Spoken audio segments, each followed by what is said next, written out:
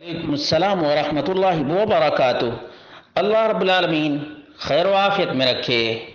سوال ایک میسج کے سلسلے میں ہے جس میں واللیل اذا یغشا والنہار اذا تجلی وما خلق الذکر والانثى ان سعیکم لشتی فاما من اعطى واتقى وصدق بالحسنى فسنيسره لليسرى کے بارے میں کریٹ کیا گیا ہے، بنایا گیا ہے کہ جس لڑکی یا لڑکے کے بال جھڑتے ہیں یا جن کے بال کمزور ہیں اور وہ اپنے بالوں کو لمبے کرنا چاہتے ہیں یا گھنے بنانا چاہتے ہیں تو 41 دفعہ اس کو پڑھیں۔ لا حول ولا قوت الا باللہ۔ یہ سراسر جھوٹ ہے، سراسر دین کے نام پر دھوکہ ہے۔ اسے کس نے بتایا کہ یہ سورت اور یہ آیتیں بال لمبے کرنے کے لیے ہے؟ دلیل کیا ہے اس کے پاس؟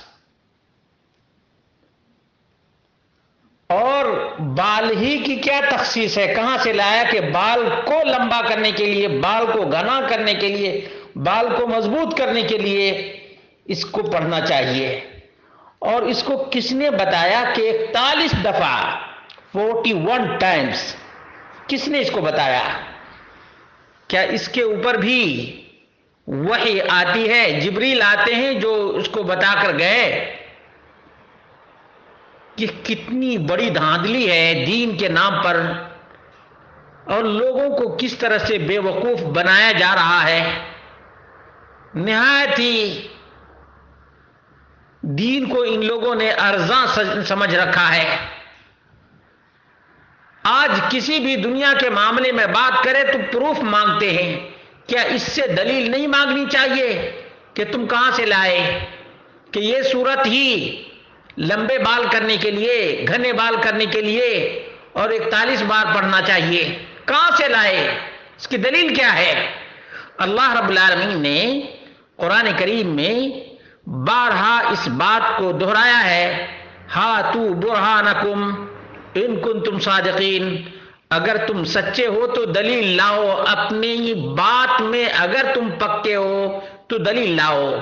ہم اس میسج بنانے والے سے پوچھتے ہیں کہ اس کی دلیل تمہارے پاس کیا ہے؟ کہ اللہ رب العالمین نے کہا ہے کہ 41 دفعہ پڑھنا چاہیے، یا رسول اللہ صلی اللہ علیہ وسلم نے بتایا ہے کہ 41 دفعہ پڑھنا چاہیے اور بال لمبے اور گھنے کرنے کے لیے اس کو پڑھنا چاہیے؟ اللہ ہدایت دے۔ یہی کہہ سکتے ہیں کہ لوگوں، دین کے نام پر لوگوں کو دھوکہ دینا چھوڑ دو۔ دین کھلونا نہیں، دین وحی الہی کا نام ہے۔ اللہ رب العالمین نے جبریل علیہ السلام کے ذریعے سے اور جبریل امین کے ذریعے سے اس دین کو محمد رسول اللہ صلی اللہ علیہ وسلم تک بھیجا ہے۔ اس لیے اللہ سے ڈر جاؤ، اللہ تعالی کے احکام میں اس طرح سے اپنی منمانی نہ کرو، ورنہ انجام بہت ہی برا ہوگا۔ اس سے تو کسی کو فائدہ نہیں ہوگا، نہ کسی کا بال لمبا ہوگا اور نہ کسی کا بال گھنا ہوگا، لیکن تم اپنی آخرت برباد کرو گے۔ کہ یہ غیب دانی کا دعویٰ ہے، غیب دانی کا دعویٰ ہے۔